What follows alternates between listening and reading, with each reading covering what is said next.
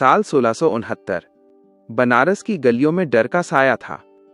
घंटियों की आवाज की जगह तलवारों की खनक सुनाई दे रही थी। कहते हैं कि उस दिन काशी की पवित्र धरती पर इतिहास ने करवट ली। एक मंदिर टूटा, एक ढांचा बना और शुरू हुआ एक ऐसा विवाद जो सदियों बाद भी खत्म नहीं हुआ। क्या सच में वहां मंदिर था? क्या ज्ञानवापी के नीचे दबी है कोई पुरानी कहानी? और काशी को आखिर अमर नगरी क्यों कहा जाता है? आप देख रहे हैं स्टोरीज नजर, और आज हम उतरेंगे काशी के इतिहास, आस्था और रहस्य के उस सफर पर जहां हर पत्थर एक कहानी कहता है। तो चलिए शुरू करते हैं। साल था 1669। गंगा के किनारे बसी काशी की संकरी गलियां उस दिन सामान्य नहीं थीं। मंदिरों की घंटियां जैसे सहमी हुई थीं। हवा में धुएं और डर की गंध थी। लोग एक दूसरे से फुसफुसा रहे थे। बादशाह का फरमान आया है। और फिर इतिहास ने करवट ली। कहते हैं उस समय मुगल सम्राट औरंगजेब ने कुछ प्रमुख मंदिरों को गिराने का आदेश दिया। फारसी ग्रंथों में इसका उल्लेख मिलता है। काशी भी उस आदेश की चपेट में आई। विश्वेश्वर का मंदिर, जहां सदियों से दीप जलते थे, जहां भोर होते ही हर हर महादेव गूंज उठता था, वहीं उस दिन सन्नाटा उतर आया। इतिहास के कुछ विवरण बताते हैं कि मंदिर को तोड़ा गया और उसी स्थान पर एक मस्जिद का निर्माण हुआ, जिसे आज हम ज्ञानवापी मस्जिद के नाम से जानते हैं। लेकिन काशी की कहानी केवल विनाश की कहानी नहीं है, क्योंकि काशी सिर्फ ईंट और पत्थरों से नहीं बनी, ये बनी है आस्था से। गंगा किनारे बसी ये नगरी दुनिया के सबसे प्राचीन जीवित शहरों में गिनी जाती है।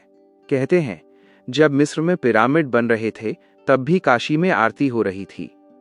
पुराणों में लिखा है, काशी शिव के त्रिशूल की नोक पर टिकी है, इसलिए प्रलय भी इसे छू नहीं सकता।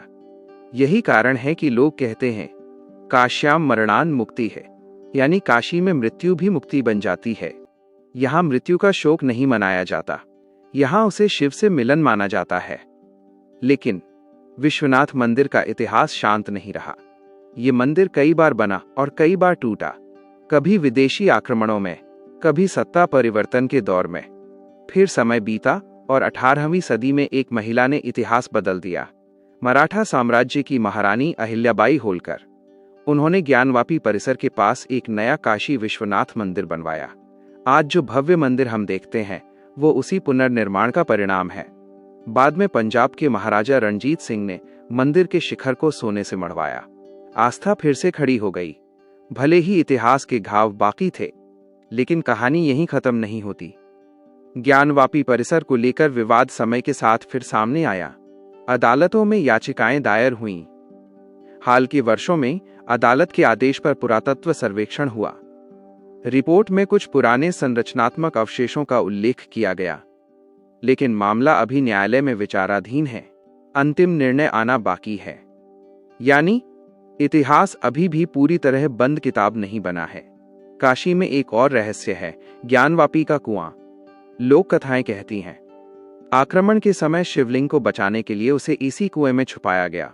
कुछ लोग कहते हैं अगर किसी को उसमें अपनी परछाई न दिखे तो ये अशुभ संकेत है।